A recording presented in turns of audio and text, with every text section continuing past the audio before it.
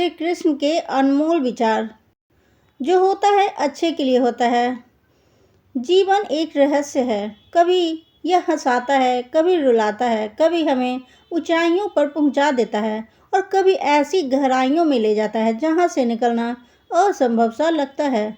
ऐसे क्षणों में मन में सबसे बड़ा प्रश्न उठता है, मेरे साथ ही ऐसा क्यों?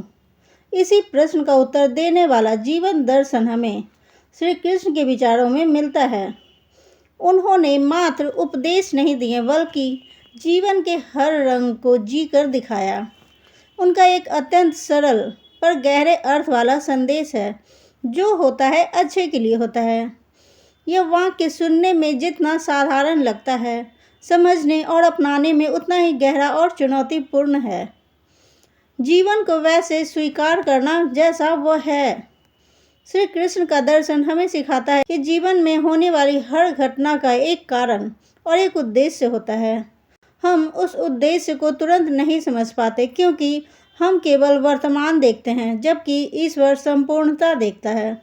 जब अर्जुन युद्ध भूमि में अपनों को देखकर विचलित हुआ तो उसका दर्द वास्तविक था, लेकिन श्री कृष्ण ने उसे समझाया कि यह मोह तात्कालिक है और कर्तव्य शाश्वत। जो आज हमें गलत लग रहा है वही कल हमारी सबसे बड़ी सीख बन जाता है।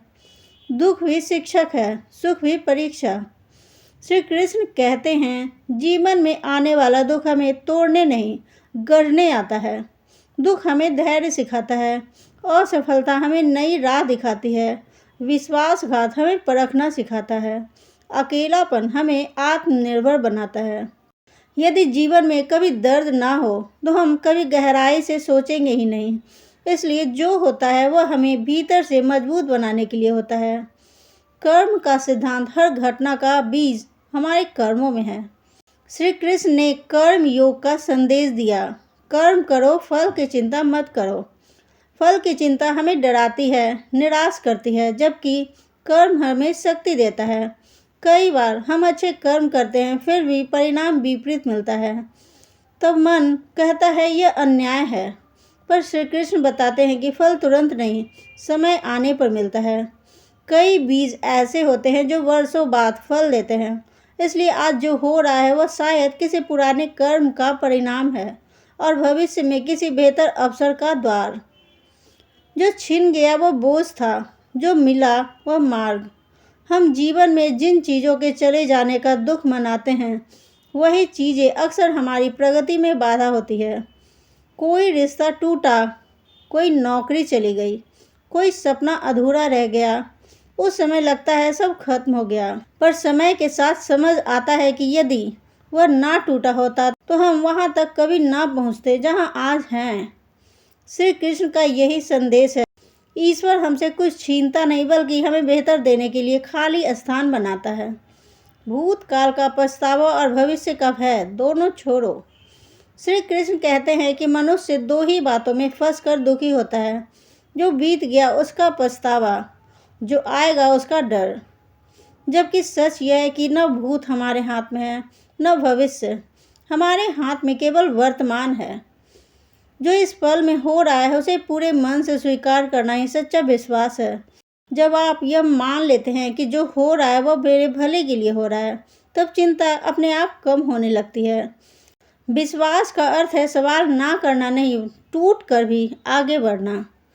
कई लोग सोचते हैं कि विश्वास का मतलब है कभी सवाल ना पूछना, लेकिन श्री कृष्ण का विश्वास इससे कहीं गहरा है। विश्वास का अर्थ है रोते हुए भी चलना, टूटते हुए भी खड़े रहना, हार कर भी उम्मीद ना छोड़ना। जब द्रौपदी का सब कुछ छीन चुका था तब भी उसने श्री कृष्ण को पुकारा। परिणाम यह नहीं था कि संकट आया ही नहीं, बल्कि यह कि वह संकट पार हो गया। हर अंत एक नए प्रारंभ की तैयारी है। जीवन में जब कुछ समाप्त होता है तो वह केवल उसी अध्याय का अंत होता है, कहानी का नहीं।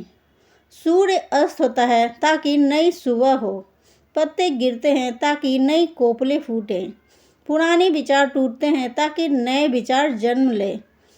श्री कृष्ण कहते हैं, परिवर्तन से मत डरो, प्रकृति का नियम परिवर्तन ही है। जो आज खत्म हो रहा है वही कल की बुनियाद बनेगा। सब कुछ हमारे अनुसार नहीं होता, लेकिन हमारे भले के लिए होता है। मनुष्य चाहता है कि सब कुछ उसकी योजना के अनुसार हो, लेकिन ईश्वर चाहता है कि सब कुछ हमारे विकास के अनुसार हो। कभी कभी जो हम चाहते हैं वही हमारे लिए ठीक नहीं होता, पर जो हम नहीं चाहते वही हमें सही मार्ग पर ले जाता है। इसलिए जब जीवन आपकी मर्जी के विरुद्ध चले तो यह मत सोचिए कि आप हार रहे हैं। संभव है कि आप तैयार किए जा रहे हो। श्री कृष्ण का जीवन सबसे बड़ा उदाहरण। श्री कृष्ण का जीवन स्वयं इस विचार का प्रमाण है। जन्म जेल में, बचपन विष साजिशें, युवावस्था में युद्ध, प्रियजनों की मृत्यु, फिर भी उन्होंने कभी परिस्थितियों को दोष नहीं दिया। उन्होंने हर परिस्थिति को साधन बनाया। यदि श्री कृष्ण अपने जीवन के कष्टों पर रुक जाते तो वह मार्गदर्शक नहीं बन पाते। आज के जीवन में इस विचार को कैसे अपनाएं? हर घटना के बाद खुद से कहें, इससे मुझे क्या सीख मिल सकती है? तुरंत परिणाम की अपेक्षा न रखें। दूसरों से तुलना बंद करें। धैर्य रखें, समय सबसे बड़ा शिक्षक है। विश्वास रखें कि आप अकेले नहीं हैं। जो होता है अच्छे के लिए होता है, कोई तसल्ली देने वाला वाक्य नहीं, बल्कि जीवन को देखने का दृष्टिकोण है। जब आप इस विचार को अपनाते हैं, डर कम होता है, चिंता घटती है, आत्मविश्वास बढ़ता है, जीवन हल्का लगता है। श्री कृष्ण हमें यही सिखाते हैं कि जीवन की हर परीक्षा हमें बेहतर बनाने के लिए आती है।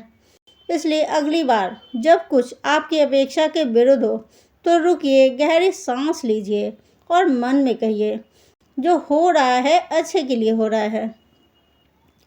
दोस्तों, मेरी वीडियो पसंद आ रही तो इसे लाइक करें, शेयर करें, सब्सक्राइब करें और इसका नेक्स्ट पार्ट देखना ना भूलें। तब तक के लिए थैंक्स।